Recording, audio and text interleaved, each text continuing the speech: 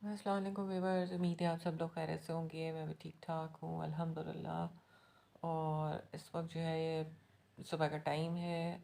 और जैसे कि मेरी आदत है सुबह जल्दी उठ जाने की, तो मैं जल्दी उठ गई हूँ। बच्चे अभी सो रहे हैं और मैं अपना नाश्ता जो है बना रही हूँ। आज मैंने सोचा था मैं अपने लिए जो है सुबह पराठा बनाऊँगी। बहुत दिन हो गए हैं पराठा नहीं खाया था। हालांकि पराठे का आटा जो है वो गुदा हुआ नहीं था। पराठे के आटे में मैं जो हूँ ऑयल और नमक डाल के उसको गूँथती हूँ। नॉर्मली जो वैसे आटा गूँथते हैं उसमें मैं कुछ नमक वगैरह नहीं डालती होंगी। और फ्रिज का ये आटा रखा हुआ है तो बड़ी मुझे मेहनत इसके साथ करनी पड़ी, कंधे टूट गए। इसके साथ फिर मैंने ये किया था कि इसको बेल के और इसी के ऊपर फिर मैंने घी और नमक लगा लिया था। अच्छा, घी जो है वो मेरे घर का ही निकला हुआ है। मलाई जो है मैं जमा कर लेती हूँ, उनको फ्रीज़ करती चली जाती हूँ। जब वो डब्बा भर जाता है तो फिर मैं उसका घी निकाल लेती हूँ। और मतलब घर का ही होता है, बाज़ार से जो है वो उसकी नौबत नहीं आती कि बाज़ार से आए। तो अल्हम्दुलिल्लाह ये सारे काम अल्लाह का शुक्र है सब चलते रहते हैंगे। अल्लाह मियाँ चलते हाथ पैर रखे, मोहताजी की ज़िंदगी से बचाए। बस फिर इसके ऊपर मैंने लगाया घी और मैंने डाला थोड़ा सा नमक। और जो है ये फिर मैंने अपना इस तरह करके पराठा बना लिया था। अच्छा, शादी से पहले तो कोई काम ही नहीं करे थे, क्योंकि अम्मी कहती थी कि जो भी कुछ है शादी के बाद तो करना ही करना होता है, वो आ ही जाता है। और वाकई में ऐसा है कि जब सर पे पड़ती है तो सब कुछ आ जाता है, बड़े से बड़ा काम आ जाता है, कोई मुश्किल नहीं होती है। तो ये है कि शादी तो मेरी हुई थी फूफी के यहाँ। तो फूफी जो है उन्होंने भी बड़ा मुझे सपोर्ट किया। कोई भी होता था कुछ पकाने का तो मैं उनसे पूछ पूछ के पकाती थी। अच्छा, इसमें कितना डलेगा, क्या डलेगा, बाकायदा उनको चम्मच में दिखा दिखा के कि देखें इतना सही है, इतना सही है। तो इस तरह करके जो है वो सीख लिया था। और अब अल्हम्दुलिल्लाह सभी कुछ बनाते रहते हैंगे, सब कुछ हो जाता है। वही वही बात है कि सर पे पड़ती है सब कुछ आ जाता है। बस इसके साथ साथ फिर मैंने हाथ के हाथ जो है सफाई करी। आटा वगैरह जो है नीचे कैबिनेट में रखा। और इधर ये मेरा पराठा हो रहा था, बस मैंने स्लैब की भी सफाई करी। और मुझे बहुत ही बुरा लगता है गंदा किचन, गंदी सारी चीज़ें। बस ये कहना चाहिए इंसान की फितरत में भी ये शामिल होता है, सफाई वगैरह।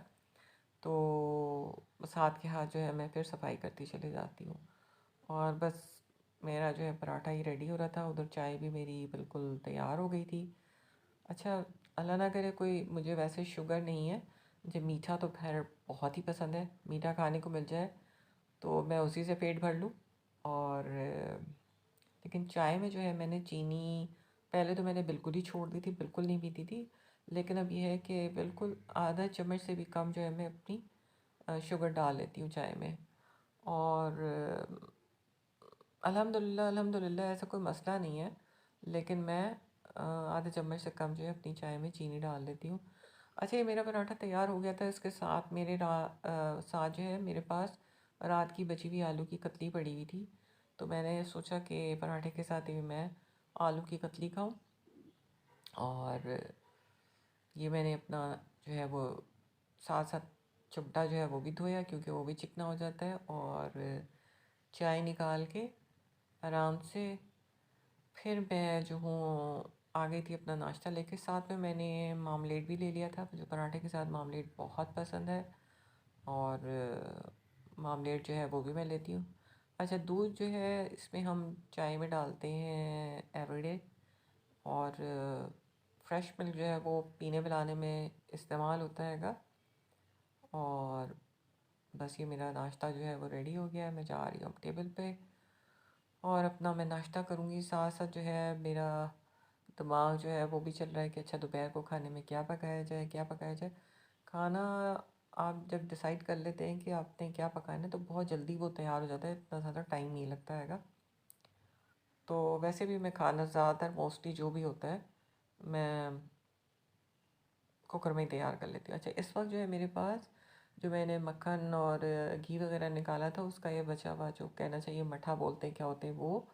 और उसके अलावा मैंने आधा किलो दही और ले लिया था, तो वो भी मैं इसमें जो है वो शामिल कर रही हूँ, वो है।